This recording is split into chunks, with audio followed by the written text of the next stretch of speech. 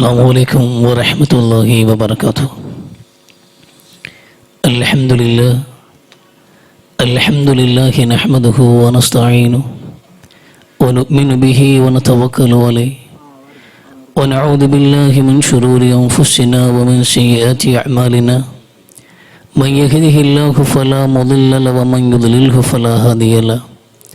أشهد أن لا إله إلا الله وحده لا شريك له وأشهد أن محمدا عبده ورسوله.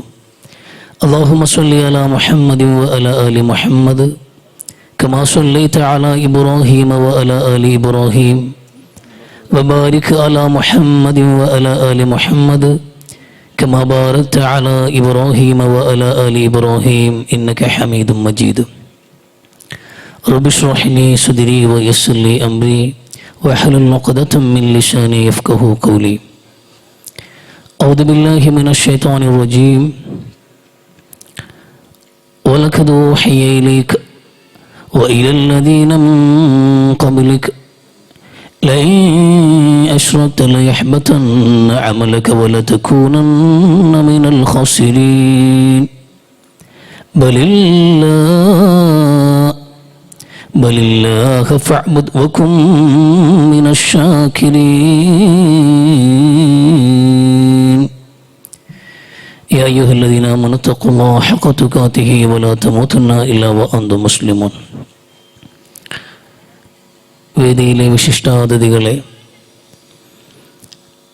സദസ്സിലിരിക്കുന്ന സത്യവിശ്വാസികളെ, വിശ്വാസിനികളെ, സർവശക്തനായ അല്ലാഹുവിൻ്റെ വിധിവിലക്കുകൾ അനുസരിച്ച് കഴിവിൻ്റെ പരമാവധി ജീവിതത്തിൽ അല്ലാഹുവിനെ തഖ്വ ജീവിക്കണമെന്ന് ആമുഖമായി എന്നോട് നിങ്ങളോട് വസിയത്ത് ചെയ്യുകയാണ്. അല്ലാഹു സുബ്ഹാനഹു വ തആല മുത്തഖീങ്ങളോട് ജീവിച്ച് മുസ്ലിമായി മരിക്കാനുള്ള തൗഫീഖ് നൽകി അനുഗ്രഹിക്കട്ടെ. പ്രിയമുള്ളവരെ, ആദരവായ റസൂൽ സല്ലല്ലാഹു അലൈഹി വസല്ലമ തങ്ങൾ ഇസ്ലാമിൻ്റെ പ്രബോധനം തുടങ്ങിയ ആദ്യ കാലഘട്ടം ശക്തമായ എതിർപ്പുകളെ തുടർന്ന് റസൂലുള്ളാഹി സ്വല്ലല്ലാഹു അലൈഹി വസല്ലമ തങ്ങൾ അതീവ രഹസ്യമായി പ്രബോധനം ചെയ്യുന്ന ഒരു ഘട്ടത്തിൽ അല്ലാഹുവിൻ്റെ റസൂൽ സ്വല്ലല്ലാഹു അലൈഹി വസല്ലമ തങ്ങളെക്കുറിച്ചുള്ള ചർച്ചകൾ റസൂൽ രഹസ്യമായി ഒതുങ്ങിയെങ്കിലും നബിയെക്കുറിച്ചുള്ള ചർച്ചകൾ, പ്രവാചകൻ പഠിപ്പിക്കുന്ന അധ്യാപനങ്ങളെക്കുറിച്ചുള്ള ചർച്ചകൾ സമൂഹത്തിൽ വലിയ വ്യാപകമായി നിലനിൽക്കുന്നുണ്ടായിരുന്നു. എതിർക്കപ്പെടുമ്പോൾ, വിമർശിക്കപ്പെടുമ്പോൾ ഏതൊരു പ്രസ്ഥാനവും ഏതൊരു സംഗതിയും വളരുമെന്നുള്ളതുപോലെ റസൂലുള്ളാഹിയെ ശക്തമായ എതിർപ്പുകൾ കൊണ്ട് പ്രവാചകനെ പ്രതിരോധത്തിലേക്ക് തള്ളിവിടുമ്പോഴും റസൂലിനെ കുറിച്ച് മക്കയിൽ ഒരു പുതിയ ആശയം വന്നിട്ടുണ്ട്, ഒരു പുതിയ വ്യക്തിയുടെ പിറവി ഉണ്ടായിട്ടുണ്ട് എന്നൊരു ചർച്ച സമൂഹത്തിൽ പരക്കെ വ്യാപകമായൊരു ഘട്ടത്തിൽ അംർ ഇബ്നു അബസ റളിയല്ലാഹു തആല അൻഹു എന്ന ചെറുപ്പക്കാരൻ്റെ അടുക്കിലേക്കും ഈ വാർത്ത എത്തുന്നുണ്ട്. ഒരു പുതിയ ആൾ, ഒരു പുതിയ ആശയവുമായി വന്നിട്ടുണ്ട് എന്നുള്ളത്. അദ്ദേഹത്തെ സംബന്ധിച്ചിടത്തോളം അദ്ദേഹത്തിൻ്റെ സ്വന്തം അനുഭവം പറയുന്നുണ്ട്. മക്കത്തും മദീനത്തുമൊക്കെ അറേബ്യയിൽ പൊതുവിൽ കണ്ടുവന്നൊരു ജീവിത സംസ്കാരത്തോട് എനിക്ക് തന്നെ വലിയ താല്പര്യമുണ്ടായിരുന്നില്ല. കാരണം സ്വാഭാവികമെന്ന പോലെ ഒരു സാമാന്യ ബുദ്ധിയുള്ള ഒരു മനുഷ്യനും അംഗീകരിക്കാൻ കഴിയാത്ത വിധത്തിലുള്ള വിശ്വാസങ്ങളും ജീവിത ചിട്ടകളുമാണ് ആ സമൂഹത്തിൽ കണ്ടുവന്നിരുന്നത്. വിഗ്രഹങ്ങളുടെ മുമ്പിൽ ആരാധനകൾ അർപ്പിക്കുകയും അവയ്ക്ക് മുമ്പിൽ നേർച്ചകളും വഴിപാടുകളുമായി നിൽക്കുകയും അവയോട് പ്രാർത്ഥിക്കുകയും ചെയ്യുന്നത് പോലെ വിഡ്ഢിത്തരം എന്തുണ്ട് എന്നെൻ്റെ മനസ്സാക്ഷി പലപ്പോഴും എന്നോട് പോലും ചോദിച്ചു പോയ ഒരു ഘട്ടത്തിലൂടെ കടക്കുമ്പോഴാണ് ഒരു പുതിയ ആശയവുമായി ഒരു പുതിയ മനുഷ്യൻ മക്കത്ത് വന്ന് എന്നൊരു വാർത്ത കിട്ടുന്നത്. ആ മനുഷ്യനെ കാണാനും അദ്ദേഹവുമായി സംസാരിക്കാനും ആശയങ്ങളെക്കുറിച്ച് പഠിക്കാനും വേണ്ടി മനുഷ്യൻ അതീവ രഹസ്യമായി മക്കത്തേക്ക് പുറപ്പെട്ടു. മക്കയിൽ വന്നപ്പോൾ റസൂലിനെ കണ്ടുമുട്ടുന്നത് പോലും പ്രയാസമാണ്. അത്രയേറെ ശക്തമായൊരു പ്രതിബന്ധമാണ് മക്കത്ത് മുശ്രിക്കുകൾ ഒരുക്കിയിട്ടുള്ളത് എന്ന് അദ്ദേഹത്തിന് ബോധ്യപ്പെട്ടു. വളരെ പരിശ്രമിച്ച് റസൂലിന് മുമ്പിലെത്തി റസൂലിനെ കണ്ടു. ഈ റസൂലിനെ കണ്ടിട്ട് ആ മനുഷ്യന് വന്ന ഉടനെ ഒരു പുതിയ ആൾ വന്നൊരു പുതിയ ആശയവും ഒരു പുതിയ മതവും കൂടെ ഒരാൾ വന്നിട്ടുണ്ട്, ഞാൻ നിങ്ങളുടെ മതത്തിൽ അംഗത്വം എടുക്കാൻ വേണ്ടി വന്നയാളാണ് എന്ന് പറഞ്ഞ് വന്നയാളല്ല. ഇന്നിപ്പോൾ ആര് വന്നാലും ഒരു സംഘടന പ്രഖ്യാപിച്ച്, ഒരു കൊടിയും പ്രഖ്യാപിച്ച്, ഒരു 3 അക്ഷരം ഇംഗ്ലീഷിൽ നിന്ന് എടുത്തു വെച്ചാൽ ഒന്നും ആലോചിക്കാതെ പിറകെ കൂടാൻ ഒരുപാട് ആൾക്കാരുണ്ടാകും. അങ്ങനെ ഒന്നും ചിന്തിക്കാതെ കടന്നു വരുന്നവരെയല്ല ലോകത്തൊരിക്കലും മാറ്റങ്ങൾ കൊണ്ടുവന്നിട്ടുള്ളത്. അവരെല്ലാം നമുക്ക് ആവശ്യം. യുവത്വത്തെക്കുറിച്ച് ഇവിടെ പറഞ്ഞു. ഈ യുവാക്കൾ എന്ത് ചിന്തിക്കണം, എങ്ങനെ പ്രവർത്തിക്കണം, സമൂഹത്തിൽ എങ്ങനെയാണ് മുന്നോട്ട് നീങ്ങേണ്ടതെന്ന് വലിയ ഉപദേശം ഇവിടെ കഴിഞ്ഞുപോയി.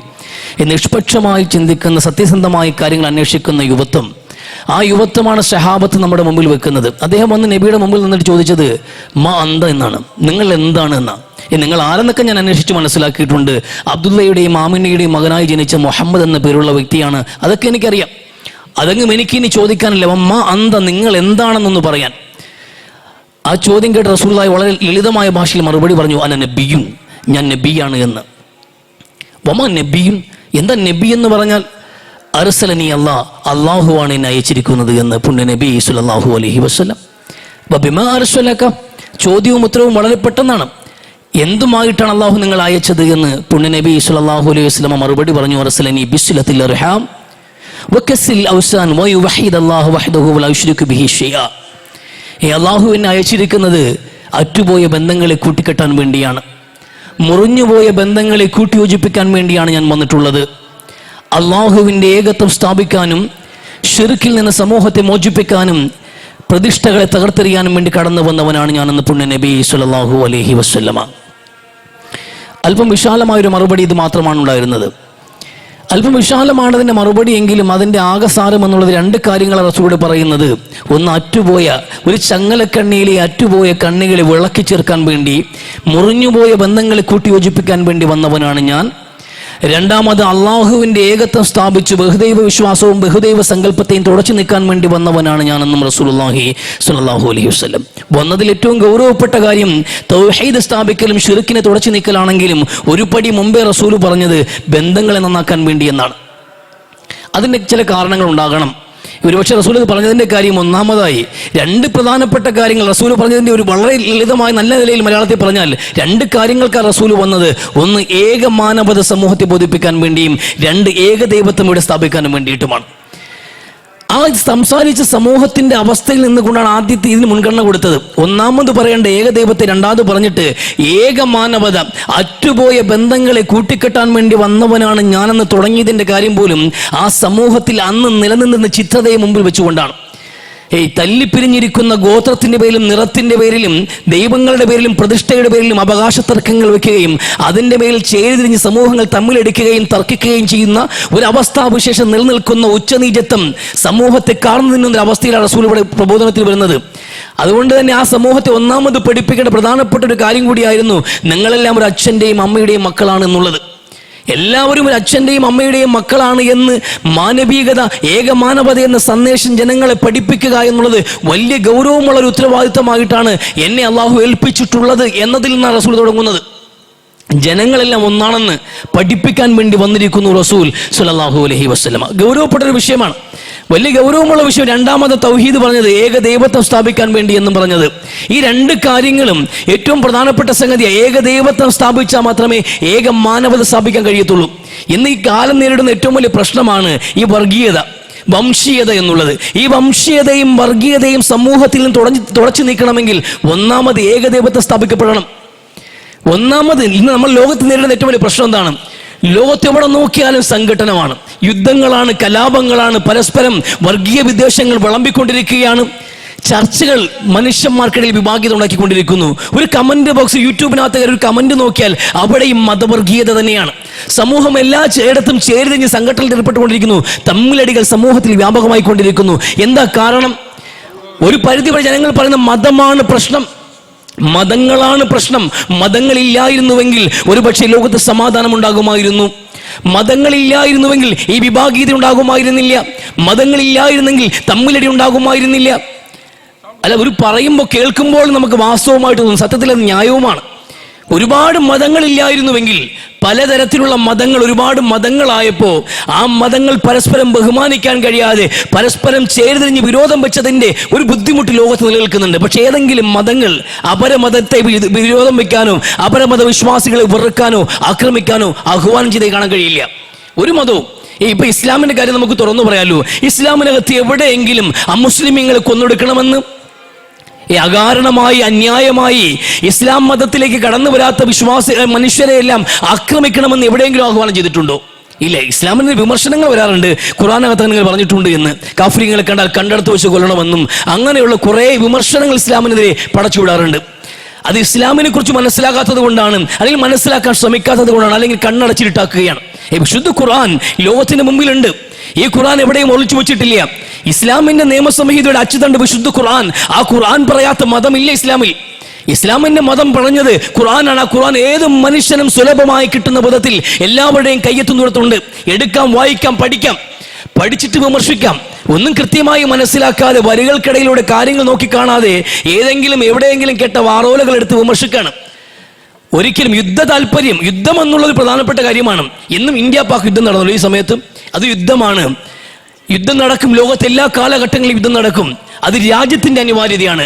ഇന്ത്യ രാജ്യം നടത്തിയ യുദ്ധം എന്നുള്ളത് ഇന്ത്യയുടെ ഈ ജനതയുടെ പ്രൊട്ടക്ഷന് വേണ്ടിയാണ്, അവരുടെ ആത്മാഭിമാനത്തിന് വേണ്ടിയാണ്. ഈ രാജ്യം കടന്നു വന്ന ഭീകരവാദികൾക്കെതിരെയുള്ള പ്രത്യാക്രമണമാണ്. ഇത് ലോകത്തുണ്ട്. പക്ഷെ യുദ്ധത്തിന് നിയമമുണ്ടാകും. ഓരോ യുദ്ധങ്ങൾക്കും യുദ്ധ നിയമമുണ്ട്. ലോകരാഷ്ട്രങ്ങൾക്കിടയിൽ യുദ്ധ നിയമങ്ങൾ എഴുതപ്പെട്ടിട്ടുണ്ട്. അതുപോലെ എല്ലാം തികഞ്ഞ പെർഫെക്റ്റ് ആയ ഒരു ജീവിത വ്യവസ്ഥ പഠിപ്പിക്കുമ്പോൾ ഇസ്ലാമിന് യുദ്ധം മാറ്റിവെക്കാൻ പറ്റുമോ?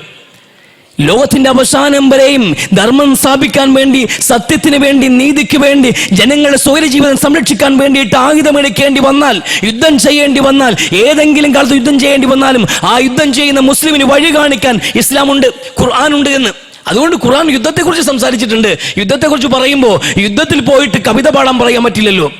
അവിടെ ആയുധമെടുക്കുന്ന നിയമങ്ങളാണ് പറയുന്നത്. എങ്ങനെയാണ് ശത്രുവിനോട് ഏറ്റുമുട്ടേണ്ടതെന്ന് പറയുന്നുണ്ട്. യുദ്ധമുന്നണിയിൽ പോയ നമസ്കാരം നിലനിർത്താൻ പറയുന്നുണ്ട്. അതൊക്കെ നിയമങ്ങൾ പഠിപ്പിച്ചിട്ടുണ്ട്. ആ യുദ്ധ നിയമത്തിന്റെ ഭാഗമായി പറഞ്ഞപ്പോൾ ശത്രുവിനോട് നിങ്ങൾക്ക് അങ്ങോട്ട് വെട്ടാം, ഇങ്ങോട്ട് ആയുധമെടുക്കുന്നത് പോലെ, ഇങ്ങോട്ട് ആക്രമിക്കുന്നത് പോലെ അങ്ങോട്ട് നിങ്ങൾക്ക് അവിടെ ആക്രമിക്കാം എന്ന് അനുവാദം കൊടുത്തിട്ടുണ്ട്. ആ ആയത്തുകളെ മനസ്സിലാക്കാതെ ഇസ്ലാം എന്ത് ചെയ്തു? വർഗീയമായി ചിത്രീകരിക്കുന്നുണ്ട്, അന്യമത വിദ്വേഷം പ്രചരിപ്പിക്കുന്നുണ്ട് എന്ന് പറയുന്നത് വിടുവായത്ത് മാത്രമാണ്. അത് നമുക്ക് അംഗീകരിക്കാൻ കഴിയില്ല.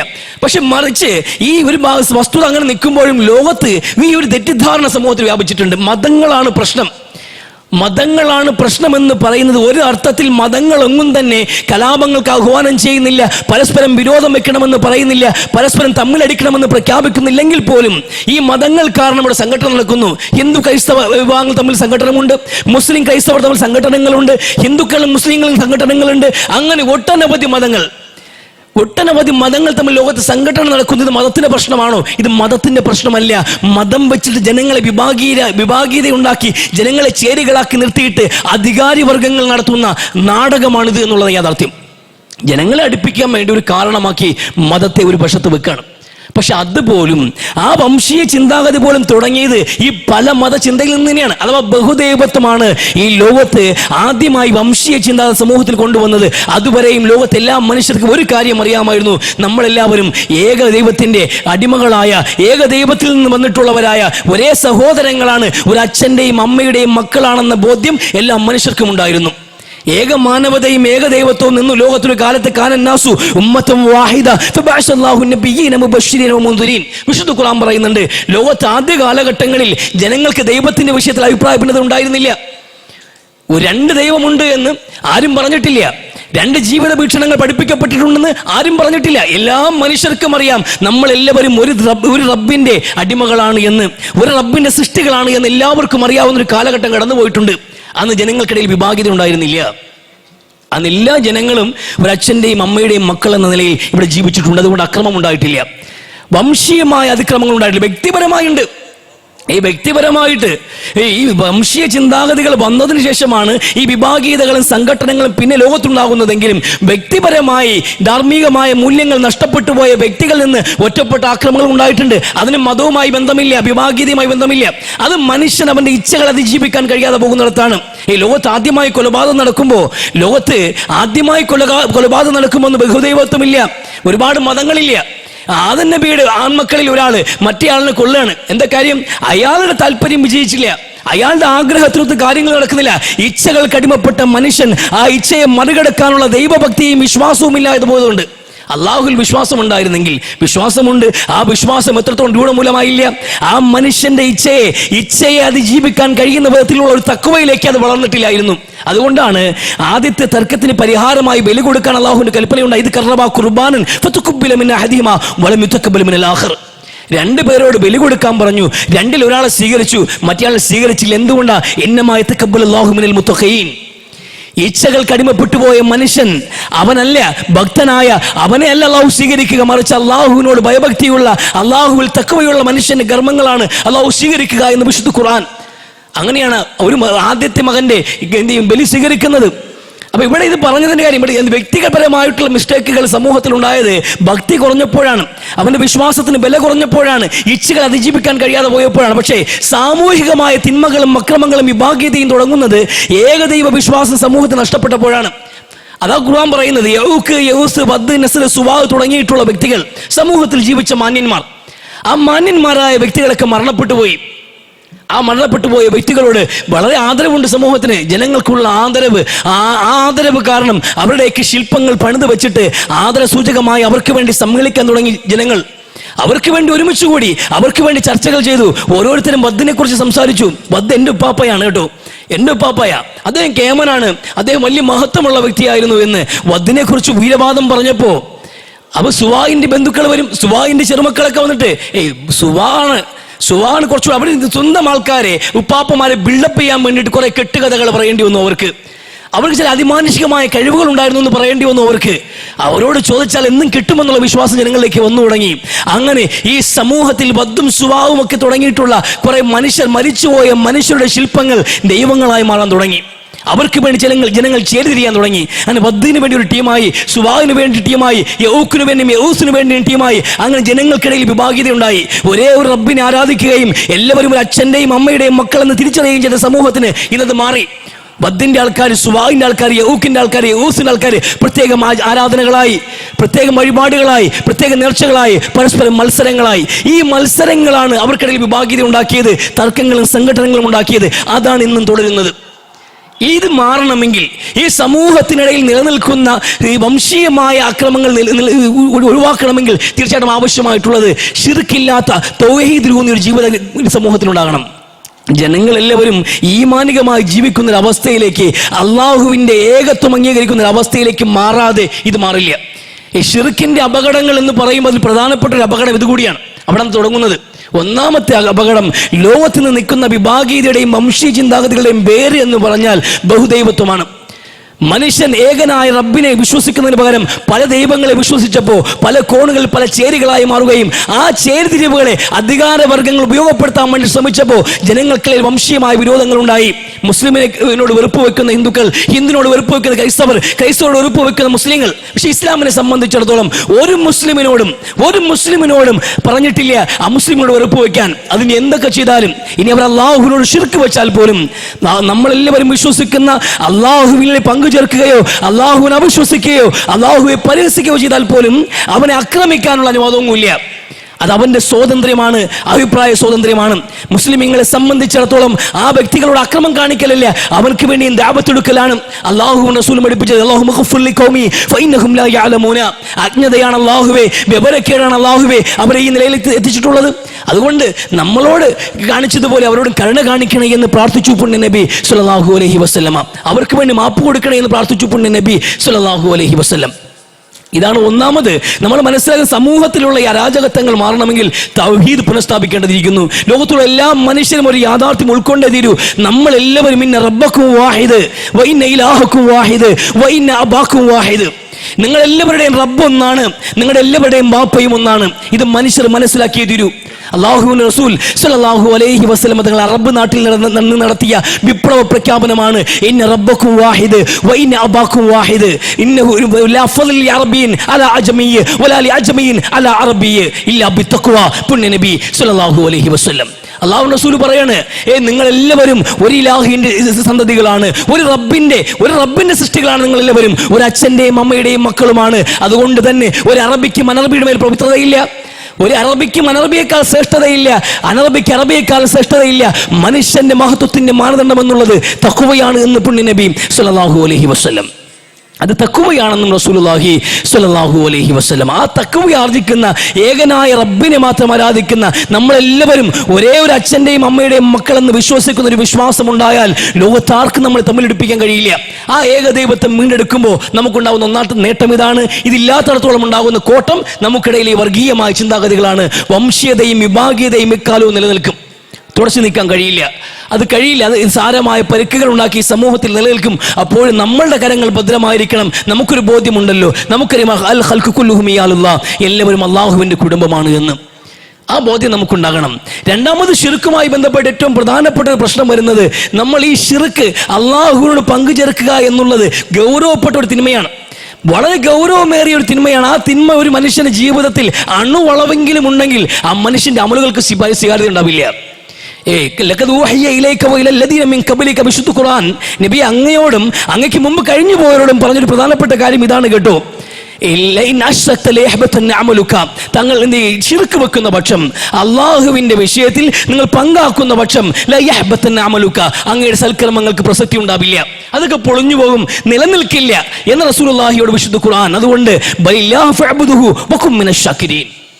നന്മകൾ നിലനിൽക്കണമെങ്കിൽ, നമ്മുടെ പ്രവൃത്തികൾ സ്വീകാര്യമാകണമെങ്കിൽ, സുഹൃതങ്ങൾ സ്വീകരിക്കപ്പെടണമെങ്കിൽ ഒന്നാമത് വേണ്ടത് അള്ളാഹുവിനെ മാത്രം ആരാധിക്കുന്ന, അള്ളാഹുവിൽ മാത്രം അടിയുറച്ച് വിശ്വസിക്കുന്ന ഒരു വിശ്വാസ സംഹിത സ്വീകരിക്കാൻ നമ്മളെ കൊണ്ട് കഴിയണം.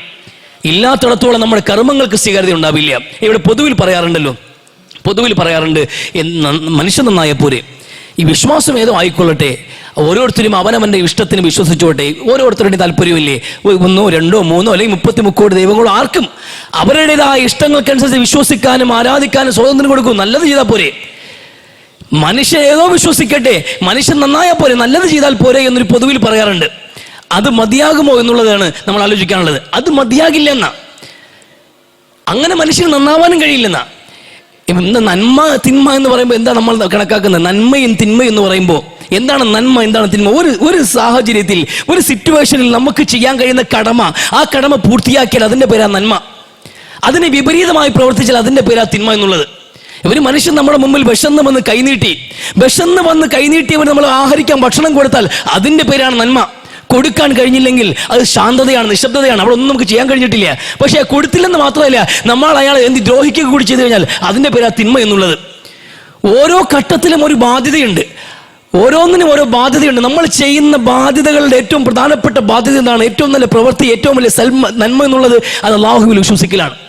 നമ്മളെ പടച്ചുവിട്ടവൻ, നമ്മളെ പടച്ചുവിട്ട റബ്ബുണ്ടല്ലോ, ആ പടച്ചുവിട്ട റബ്ബ്, ആ റബ്ബിനെ മാത്രം ആരാധിക്കുക എന്നുള്ളതാണ് നമ്മുടെ ഒന്നാമത്തെ ബാധ്യത. അതാണ് ഏറ്റവും വലിയ പുണ്യം. ആ പുണ്യത്തിന് വിരുദ്ധമായി മനുഷ്യൻ പ്രവർത്തിച്ചാൽ അതിൻ്റെ പേരാ തിന്മ എന്നുള്ളത്. ഈ റസൂലിന്റെ മുമ്പിൽ വന്ന് ഒരു സഹാബി ചോദിച്ചാൽ, നബിയെ ഏറ്റവും വലിയ തിന്മ ഏതാണെന്ന്, ഏറ്റവും വലിയ തിന്മ ഏതെന്ന് റസൂലിനോട് ചോദിക്കുമ്പോൾ അല്ലാഹു റസൂൽ സ്വല്ലല്ലാഹു അലൈഹി വസല്ലം പറഞ്ഞു, നീ അൻതജഅലില്ലാഹി നിദ്ദൻ വഹുവ ഖലഖക എന്ന. റബ്ബ് നിന്നെ സൃഷ്ടിച്ചു, എന്നിട്ട് നീ റബ്ബിന് പങ്കാളി ഉണ്ടാക്കുക എന്നുള്ളതാണ് ഏറ്റവും വലിയ തിന്മയെന്ന് 3 കാര്യങ്ങൾ പറഞ്ഞു കൊടുത്തു. 3 കാര്യങ്ങളാണ് റസൂൽ അവിടെ പറയുന്നത്. ഏറ്റവും വലിയ തിന്മകൾ ഏതെന്ന് ചോദിച്ചപ്പോൾ ഒന്നാമത് പറഞ്ഞ് റബ്ബ് നിന്നെ സൃഷ്ടിച്ചു, എന്നിട്ട് നീ റബ്ബിന്റെ വിഷയത്തിൽ പങ്കാളികളെ കൊണ്ടുവരിക, അത് ഏറ്റവും വലിയ തിന്മയാണ്. രണ്ടാമത് റസൂൽ പറയുന്നത്, നീ നിന്റെ മക്കളെ കൊന്നുകളയലാണ്. ദാരിദ്ര്യം ഭയന്നിട്ട് നിന്റെ ഭക്ഷണം അവർക്ക് കൂടി കൊടുക്കണമെന്ന് ഭയന്നിട്ട് സ്വന്തം കുഞ്ഞിനെ കൊന്നുകളയുന്നതാണ് ഏറ്റവും വലിയ പാതകമെന്ന് പുണ്യ നബി സ്വല്ലല്ലാഹു അലൈഹി വസല്ലം. പിന്നെയോ സ്വന്തം അയൽക്കാരന്റെ ഭാര്യയുമായിട്ട് അഭിഹിത ബന്ധം സ്ഥാപിക്കലാണ് ഏറ്റവും കഠിനമായ തിന്മ എന്ന് പുണ്യ നബി സ്വല്ലല്ലാഹു അലൈഹി വസല്ലം. 3 തിന്മകളാണ് പറഞ്ഞത്. പക്ഷെ 3 തിന്മകളെയും വേറെ രീതിയിലാണ് പറഞ്ഞത്. എല്ലാം തിന്മയാണെന്ന് എല്ലാവർക്കും അറിയാം, എല്ലാം തിന്മയാണ്. ഇതിൽ പറഞ്ഞ ഒന്നും ശിർക്ക് തിന്മയാണ്, മക്കളെയല്ല വധം കൊലപാതകം തിന്മയാണ്, അതോടൊപ്പം തന്നെ വ്യഭിചാരവും തിന്മയാണ്. പക്ഷേ ഇതിൽ കടുപ്പം കൂടിയ ഡോസ് ഏതാണെന്ന് അറിയുമോ നിങ്ങൾക്ക്? പടച്ചവൻ നിങ്ങൾ സൃഷ്ടിച്ചിരിക്കുകയാണ്. നിങ്ങളെ സൃഷ്ടിപ്പിന്റെ പിറകിൽ ഒരാൾക്കും പങ്കില്ല. നിങ്ങളെ പടച്ചവൻ സൃഷ്ടിച്ചിട്ട് ആ പടച്ചവനോട് നിങ്ങൾ പങ്കാക്കുക എന്നുള്ളതാണ് ഏറ്റവും വലിയ തിന്മയെന്ന് വിശുദ്ധ പ്രവാചകൻ സ്വല്ലല്ലാഹു അലൈഹി വസല്ലം. രണ്ടാമത് സ്വന്തം മക്കളെ കൊന്നുകളയുക. സ്വന്തം മക്കളെ കൊല്ലാൻ ദാരിദ്ര്യം ഭയന്നിട്ട് അവർക്ക് ഭക്ഷണം കൊടുക്കണം, ചെലവിന് കൊടുക്കണം ഭയന്നിട്ട് സ്വന്തം മക്കളെ കൊന്നുകളയുക.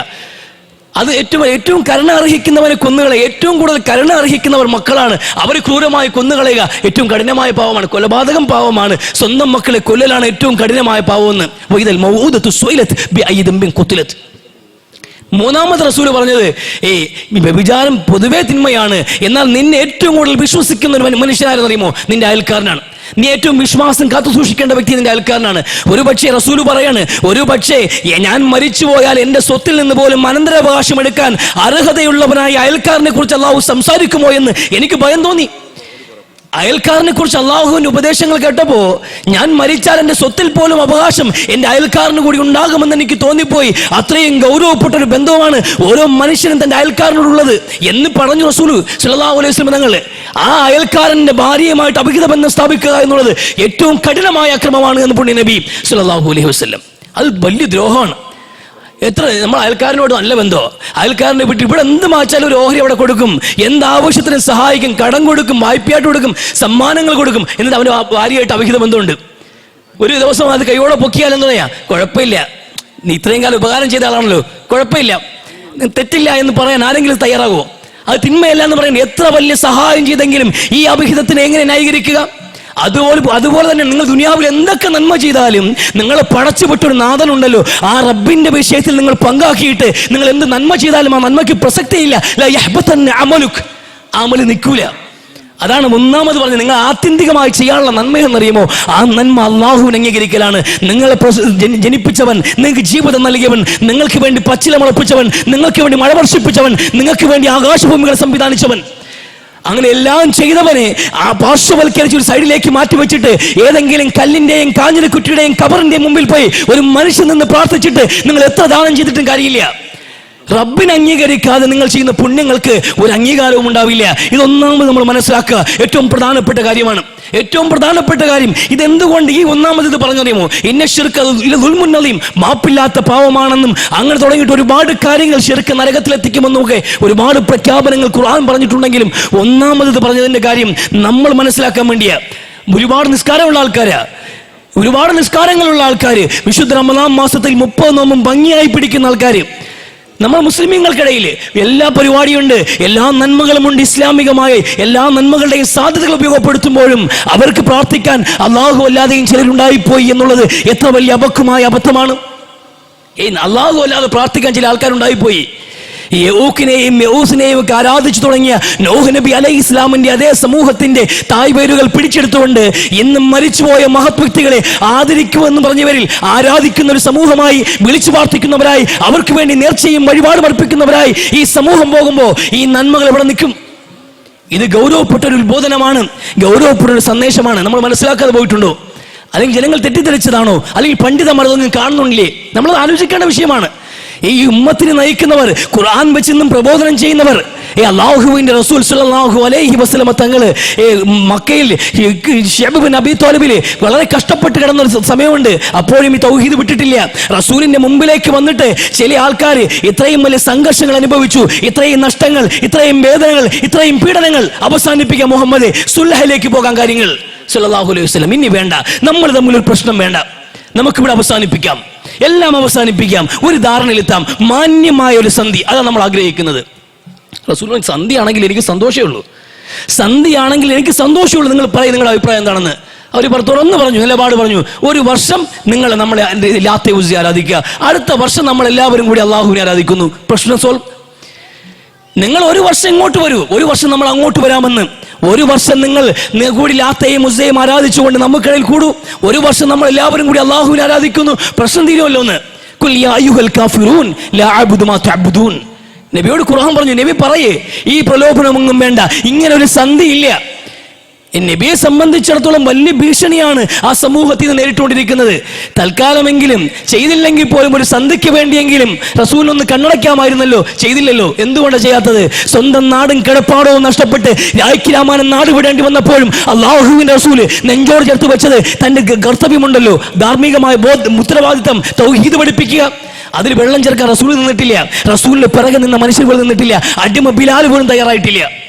അടിമയായി നിന്ന് ബിലാലിനെ വായിലേക്ക് വെള്ളത്തിന് പകരം മൂത്രമൊഴിക്കുമ്പോഴെങ്കിലും പറയാമായിരുന്നല്ലോ നിങ്ങളോടൊപ്പം ഞാനുമുണ്ട് എന്ന്. അപ്പോഴും പറഞ്ഞില്ലല്ലോ. അല്ലാഹു അഹദ്, അല്ലാഹു ഏകൻ എന്ന് പറഞ്ഞ ബിലാൽ റളിയല്ലാഹു അൻഹു, ആ പേര് പറയാനെങ്കിൽ പല മുസ്ലിങ്ങൾക്ക് അർഹത പോലും ഉണ്ടാവില്ല, അർഹത പോലും ഉണ്ടാവില്ല. വലിയ മുസ്ലിമീങ്ങളാ, വലിയ പാരമ്പര്യമുള്ള മുസ്ലിങ്ങളാ, ഒട്ടനവധി ഹജ്ജുകൾ ചെയ്ത ആൾക്കാരാ. പക്ഷെ എല്ലാം കഴിഞ്ഞു വന്നിട്ട് അവസാനം നിൽക്കുന്ന ദർഗയുടെ മുമ്പിലെ പ്രാർത്ഥിക്കാൻ വേണ്ടിയിട്ട്. മരിച്ചുപോയ മനുഷ്യന്റെ ശരീരത്തെ നിങ്ങൾ എന്ന് പുണ്യ നബി സല്ലല്ലാഹു അലൈഹി വസല്ലം, ജീവനറ്റ് പോയ ഒരു മനുഷ്യന്റെ ശരീരം നിങ്ങൾ പരിചരിക്കണം. അത് കുളിപ്പിക്കണം, കഫം പുതിയണം, ദഫൻ ചെയ്യണം, മഖ്ബറകൾ നിങ്ങൾ സന്ദർശിക്കണം. എന്തിനാ?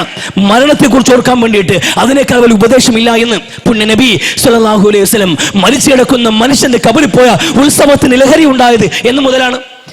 അവിടേക്ക് ഉത്സവ ലഹരിയാണ്.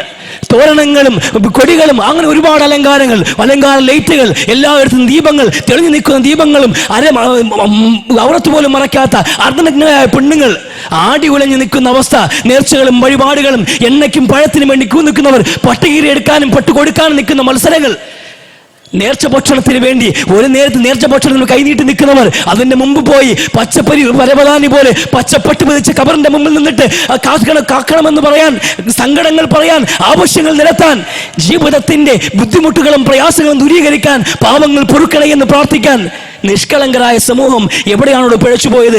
എങ്ങനെയാണ് നിങ്ങളുടെ കമലുകൾ സ്വീകരിക്കുക?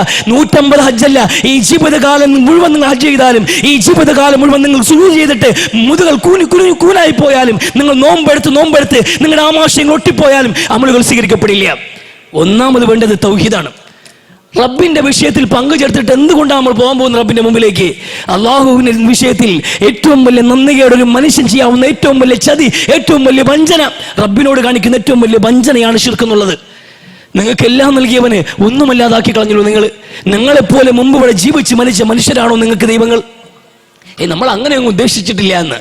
ഈമാനോ ലാ ഇലാഹ ഇല്ലല്ലാഹ് പറഞ്ഞവന് പിന്നെ എന്തുമാകാമല്ലോ എന്ന്. ഈ ലാ ഇലാഹ ഇല്ലല്ലാഹ് പറഞ്ഞവന് പിന്നെ നമ്മൾ ഇന്നും ലാ ഇലാഹ ഇല്ലല്ലാഹ് പറഞ്ഞ ആൾക്കാരാണ്. പിന്നെ നമ്മുടെ ഈമാൻ എങ്ങനെ ബാധിക്കുക? ഈ പ്രവർത്തികളൊന്നും ഈമാനെ ബാധിക്കില്ല എന്നും അത് ചില ആൾക്കാരുടെ ധാരണ.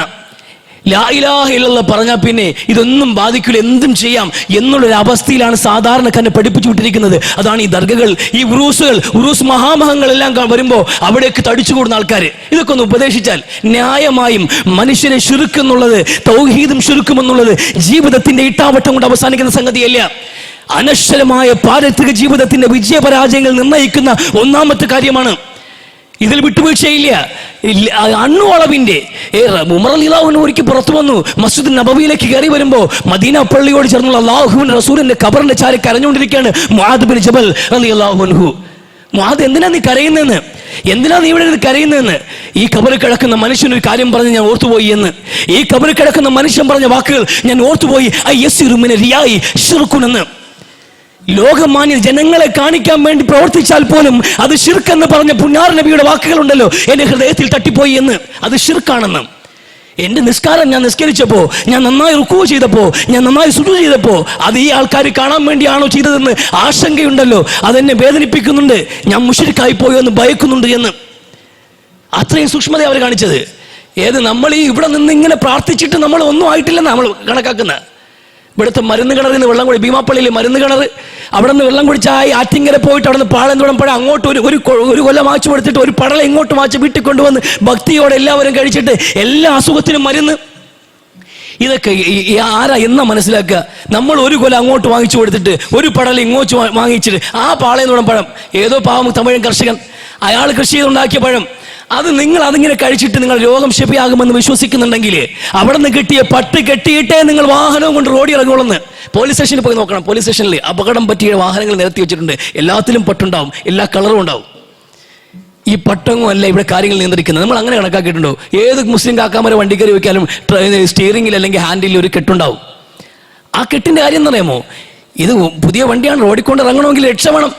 ഈ പട്ടാണ് നമ്മുടെ അപകടത്തിന് രക്ഷിക്കാന്ന്. ഇനി എങ്ങാനും ഇത് കെട്ടാത്തൊരുത്തിന്റെ വണ്ടി പോയി എവിടെയെങ്കിലും മുട്ടിയ അതാ വണ്ടി എടുത്ത് ആദ്യം പോകാനുള്ള കടുവാപ്പള്ളി അല്ലെങ്കിൽ ഭീമപ്പള്ളി, അങ്ങോട്ട് അങ്ങനെയാണ് ഇങ്ങോട്ട് എങ്ങനെയാണെന്ന് എനിക്ക് വലിയ പിടുത്തമില്ല. അങ്ങോട്ട് അങ്ങനെയാ, അവിടെ പോയിട്ട് ആ പട്ട് വാങ്ങിക്കണം. പട്ടിന് ഒടുക്കത്തെ ഡിമാൻഡുമാണ്. പട്ടിനാണെങ്കിൽ ഒടുക്കത്തെ ഡിമാൻഡുമാണ്. അങ്ങനെ പെട്ടെന്നും കിട്ടൂല.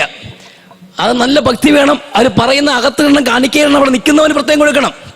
അവർക്ക് ഏറ്റവും വലിയ അമലുള്ള ആൾക്കാരാണ്, വലിയ പണ്ഡിതന്മാരും വലിയ അമലുള്ള 10-100 പേരൊക്കെ ഒരു സമയത്ത് തള്ളി വന്നിട്ട് യാസീൻ എന്ന് പറയും. 2-3 പേരുണ്ടാവും. എല്ലാവരെയും 500 വെച്ച് വെച്ചിട്ട് ഒരു യാസീൻ ഖുർആൻ ഹക്കീം എന്ന് പറഞ്ഞിട്ട് ഒരു 2 സെക്കൻഡ് കൊണ്ട് യാസീൻ തീർക്കുന്ന വലിയ വിദ്വാന്മാരുണ്ട് അവിടെ. ഇതൊക്കെ മനുഷ്യന്മാരിങ്ങനെ കബളിപ്പിച്ച് തിന്ന് കുമ്പവരിപ്പിച്ചിട്ട് ഇങ്ങനെ ജീവിക്കാണ്.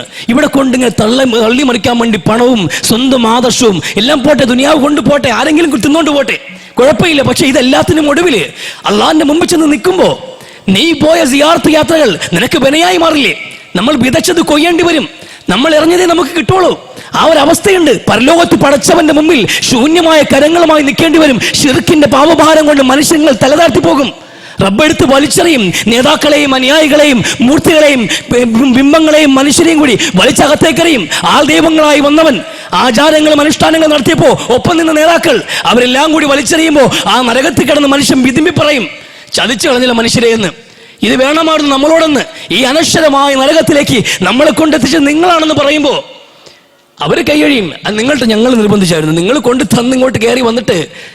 എന്നാലും നമ്മളെല്ലാവരും പെട്ടെന്നുള്ള അവസ്ഥയിൽ അനശ്വരമായി നമ്മുടെ മുമ്പിൽ വെച്ച ജീവിതം എന്ന് പറയുമ്പോൾ ചെറിയൊരു കളിയില്ല, ഇത് ചെറിയൊരു കാര്യമേ ഇല്ല. അനശ്വരമായ ഒരു ജീവിതം റബ്ബ് നമ്മുടെ മുമ്പിൽ സ്വർഗവും നരകവും വെച്ചിട്ട് വിജയപരാജയങ്ങളുടെ മാനദണ്ഡങ്ങളെ കുറിച്ച് വിശദീകരിക്കാൻ കാലാകാലങ്ങൾ പ്രവാചകന്മാർ അയച്ചു. പ്രവാചകന്മാർ നിയോഗിക്കാതെ ഒരു സമൂഹത്തെ അല്ലാഹു ശിക്ഷിക്കില്ല. ഉത്ബോധനങ്ങൾ കിട്ടിയില്ലേ നിങ്ങൾക്ക്? വേദങ്ങൾ നിങ്ങൾ പഠിച്ചില്ലേ നിങ്ങൾക്ക്? ഇതെല്ലാം പഠിച്ചിട്ടും നിങ്ങൾക്ക് ഇതെങ്ങും വേണ്ട. അല്ലാഹ് പറഞ്ഞു, റസൂല് പറഞ്ഞു എന്നൊക്കെ പറയുമ്പോഴത്തേക്കും അത്രയെങ്കിലും പോരാ. അള്ളാഹു റസൂൽ അങ്ങനെ പറഞ്ഞിട്ടുണ്ടെന്ന് പറയുമ്പോഴത്തേക്കും നമ്മൾ തൗഹീദ് പറഞ്ഞാൽ നല്ലൊരു കാര്യമാണ്. ഖുർആനിൽ ഇങ്ങനെ ഒരു ആയത്തുണ്ട്, അള്ളാഹു അങ്ങനെ പറയുന്നത്, വാനൽ മസ്ജിദി ലില്ലാഹി ഫലാ തദ്ഉ മഅല്ലാഹി അഹദ. ഈ പള്ളികൾ അള്ളാഹുവിനുള്ളതാണ്, അള്ളാഹുവിനല്ലാതെ ആരെയും വിളിച്ചു പ്രാർത്ഥിക്കല്ലേ എന്ന്. അള്ളാഹുവിനല്ലാതെ വേറെ ആരെയും പ്രാർത്ഥിക്കാൻ പാടില്ല പള്ളികൾ വെച്ചെന്ന് പറയുമ്പോൾ ഇതിപ്പോ എവിടെ ഉള്ളതെന്ന്? ഇതിപ്പോ അള്ളാഹു പറഞ്ഞാണ്, അള്ളാഹ് പറഞ്ഞാണ്, ഉസ്താദ് പറഞ്ഞില്ലല്ലോ എന്ന്. ഇപ്പൊ ഉസ്താദ് അങ്ങനെയല്ല. ഉസ്താദ് പറഞ്ഞത് ഈ പള്ളിയുടെ ഈ ഷായ്പിൽ ഒരു കബർ വന്നിട്ട് ആ കബറിന്റെ അടുത്തുള്ള പ്രാർത്ഥന എന്നാണ് പറയുന്നത്. അകത്ത് പ്രാർത്ഥനയില്ല, അകത്ത് യാന്ത്രികമായ നമസ്കാരം മാത്രം, നാടകീയമായി നടക്കുന്ന ചില പ്രവർത്തികൾ മാത്രം. അവിടെ പ്രാർത്ഥനയൊന്നുമില്ല, ആരും കണ്ണീർ തൂകാറില്ല, വിതുമ്പാറില്ല, സങ്കടങ്ങൾ പറയാറില്ല. മനുഷ്യന്മാർ സങ്കടങ്ങൾ പറയുന്നത് പള്ളിയുടെ പുറത്തിറങ്ങി കറങ്ങി വരുമ്പോൾ അവിടെ ഉണ്ടാവും പച്ചപ്പെട്ടിട്ട് മൂടിക്കിടിത്തിക്കാൻ മനുഷ്യൻ. അയാളോട് പറയും സങ്കടങ്ങള്. റബ്ബ് നിങ്ങളോട് വലിയ ഗൗരവത്തോട് ആവശ്യപ്പെട്ടു, റബ്ബ് പറയണ നബിയെ പറഞ്ഞോട്, എന്നെ കുറിച്ച് അവർ ചോദിക്കുന്ന നബി, എന്നോട് ചോദിക്കാൻ വേണ്ടി ഞാൻ അടുത്തുണ്ടെന്ന് പറയാൻ. ഞാൻ അടുത്തുണ്ട്, എന്നോട് ചോദിക്കട്ടെ എന്ന് റബ്ബ് ആഗ്രഹിക്കുകയാണ്. മനുഷ്യൻ എന്നോട് ചോദിക്കുന്ന നിമിഷത്തിന് വേണ്ടി റബ്ബ് ഇങ്ങനെ ഇരിക്കുമ്പോൾ നമ്മൾ റബ്ബ് പടച്ചു വിട്ടിട്ട് ഒരു ദിവസം മരിച്ചുപോയ കുറെ മനുഷ്യരുടെ മുമ്പിൽ പോയി സങ്കടം പറയാണ്. ഇത്രയും വലിയ വഞ്ചനയും നന്ദികേടും കാണിക്കുന്ന ഒരു സമൂഹത്തോട് എങ്ങനെയാണ് റബ്ബ് മാപ്പ് കൊടുക്കുക? ഈ തിന്മ ചെയ്യുന്ന മനുഷ്യന്റെ കർമ്മങ്ങൾക്ക് എന്താണ് സ്വീകാര്യത ഉണ്ടാവുക? സ്വീകരിക്കപ്പെടില്ല. ഒരു അർത്ഥത്തിൽ നമ്മൾ ഗൗരവത്തോടെ മനസ്സിലാക്കുക, നമ്മൾക്കിടയിൽ ജീവിക്കുന്ന ഒരുപാട് സഹോദരങ്ങൾ, സുഹൃത്തുക്കൾ, ഇതാരെയും വിമർശിക്കാൻ വേണ്ടി പറയുന്ന പ്രസംഗമൊന്നുമില്ല. നമ്മൾ കുറെ ആൾക്കാർ നല്ലവരായി ഇങ്ങോട്ടിരുന്നിട്ട് ബാക്കിയുള്ളവരെ ചൂണ്ടിയിട്ട് അവരെല്ലാവരും മോശക്കാരാണ് എന്ന് പറയുന്ന സ്വഭാവം നമുക്കില്ല. ആ സിസ്റ്റവും നമ്മുടെ രീതിയില്ല. അതല്ല, അത് പഠിപ്പിക്കാൻ വേണ്ടി വന്നവനല്ല റസൂലുള്ളാഹി സ്വല്ലല്ലാഹു അലൈഹി വസല്ലമ. അങ്ങനെ പഠിപ്പിച്ചിട്ട് കാര്യമില്ല.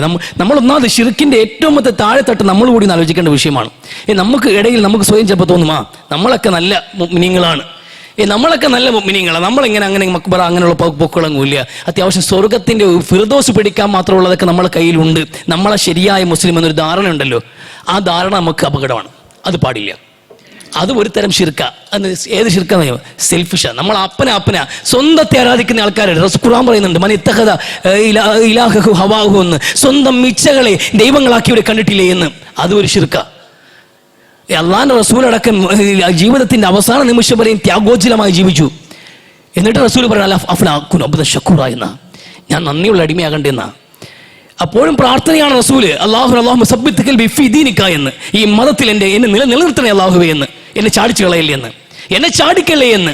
ഇബ്രാഹിം നബി അലൈഹി സ്വലാം അള്ളാഹുവിനോട് പ്രാർത്ഥിക്കുക, അള്ളാഹുവേ എന്നെ നീ മുശ്രിക്കാക്കല്ലേ എന്ന്, എന്നെ നീ മുശ്രിക്കാക്കല്ലേ എന്ന്. ആര്? ഇബ്രാഹിം നബി അലൈഹി സ്വലാം അള്ളാഹുവിനോട് പ്രാർത്ഥിക്കാണ്. ഷിർക്കിനെ ആരാ? ഇബ്രാഹിം നബി അലൈഹി സ്വലാം.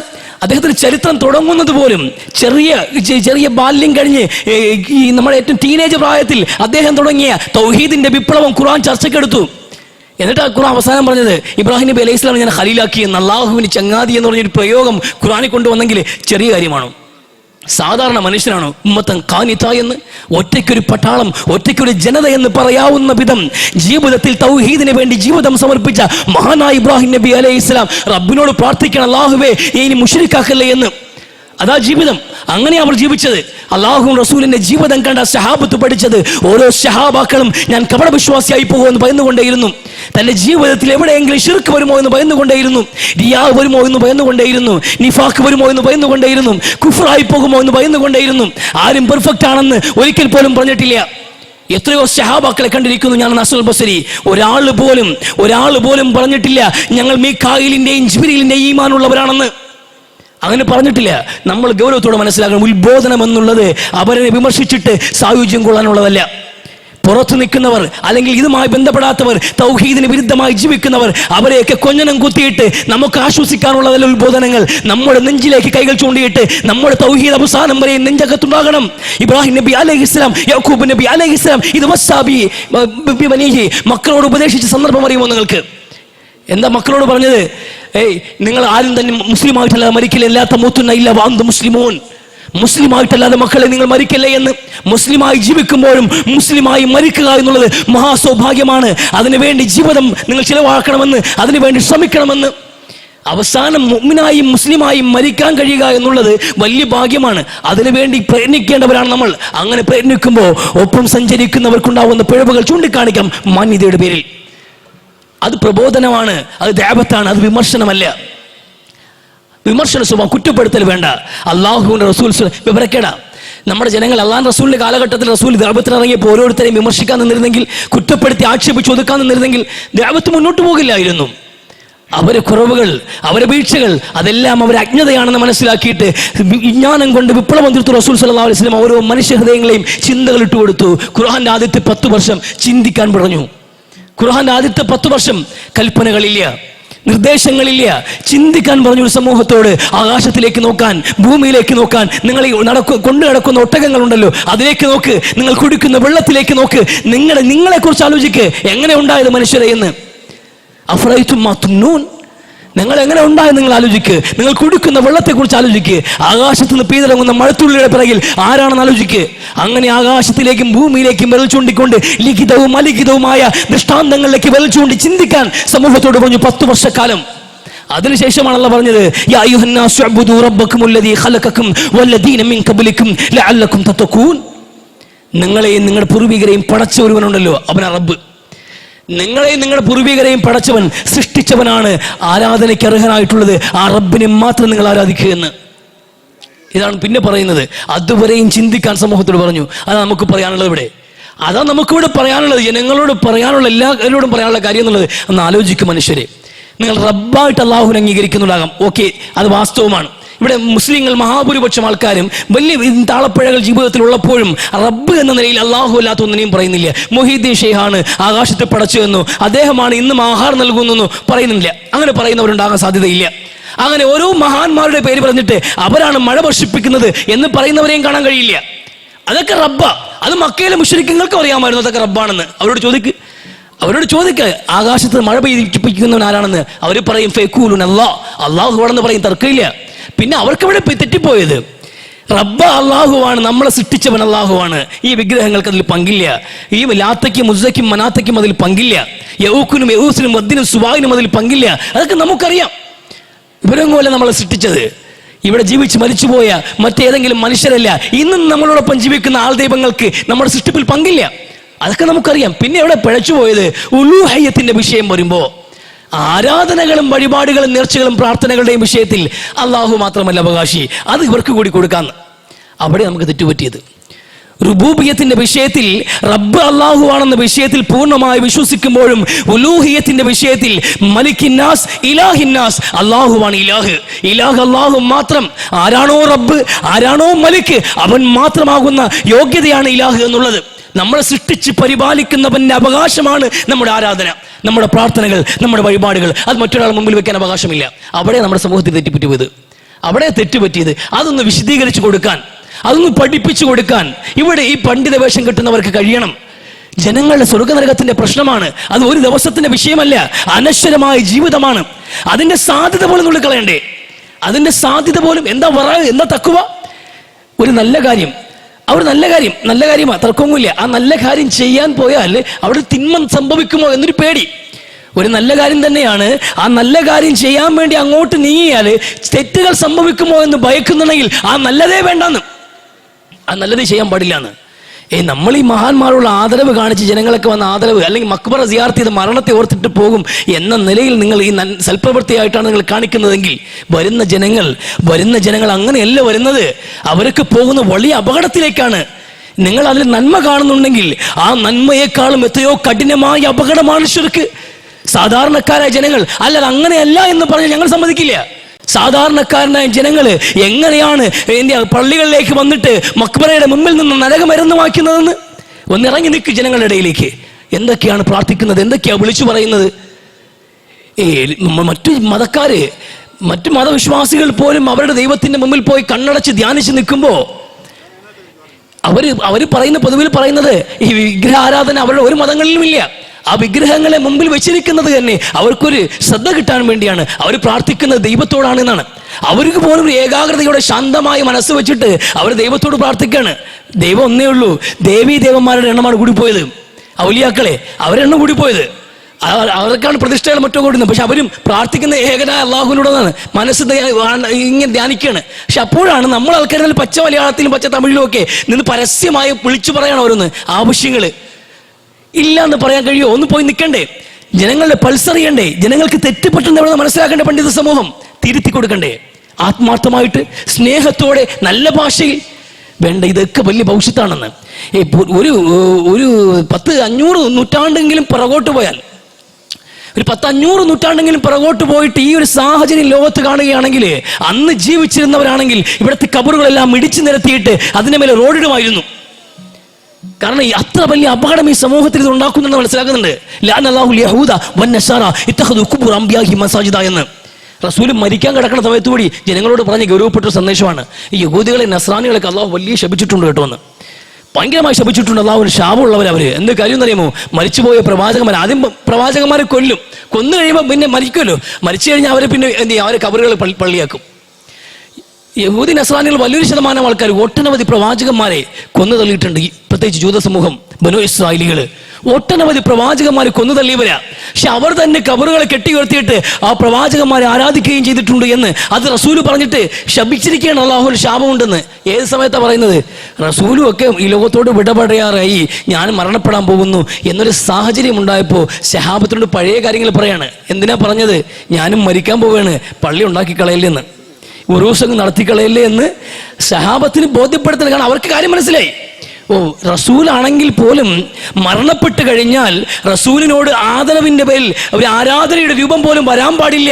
ആ നിലയിൽ കബറുകൾ കെട്ടി ഉയർത്താൻ പാടില്ല. ഒരു ആരാധനാ കേന്ദ്രമാക്കി മാറ്റാൻ പാടില്ല എന്നതാണ് റസൂൽ ഉദ്ദേശിക്കുന്നത് എന്ന് അവർക്ക് മനസ്സിലായി.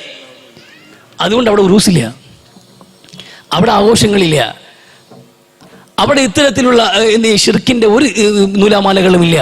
ലോകത്തിന്റെ നേതാവായ മുഹമ്മദ് നബി സല്ലല്ലാഹു അലൈഹി വസല്ലം, ലോകത്ത് ഇന്നോളം വന്ന മനുഷ്യരിൽ നമുക്ക് കിട്ടിയ അറിവിന്റെ അടിസ്ഥാനത്തിൽ ഏറ്റവും മഹാനായ മനുഷ്യൻ, മണ്ണിലൂടെ നടന്ന ഏറ്റവും മഹാനായ മനുഷ്യനോട് പോലും ആദരവിന്റെ അങ്ങേയറ്റത്ത് പോകുമ്പോഴും ആരാധനയുടെ അംശം പോലും കടന്നു വരാതിരിക്കാനുള്ള തീവ്രമായ സൂക്ഷ്മതയുടെ പേരാണ് തൗഹീദ് എന്ന് പറയുമ്പോൾ, ആ തൗഹീദിനെ കളങ്കം വരുത്തിക്കൊണ്ടാണല്ലോ നമ്മൾ ഓരോ മനുഷ്യരും ഇവിടെ മഹത്തുക്കളെ ആരാധന ചെയ്തുകൊണ്ടിരിക്കുന്നത്. ഈ ആരാധന അപകടമാണ്, ഇത് ശിർക്കാണ് എന്ന് ജനങ്ങളോട് പറയേണ്ട ബാധ്യതയും നമുക്കുണ്ട്.